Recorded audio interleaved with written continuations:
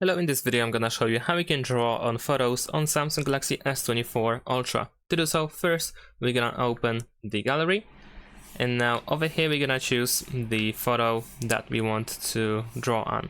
So let's say I'm gonna choose this one. Now tap on this pen icon at the bottom of the screen in order to edit it.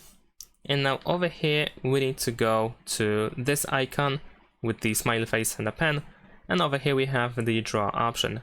Here we have the marker.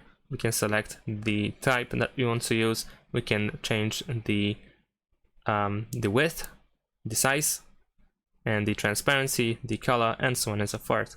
Once you select it, you can close it, and then you can draw something on the photo.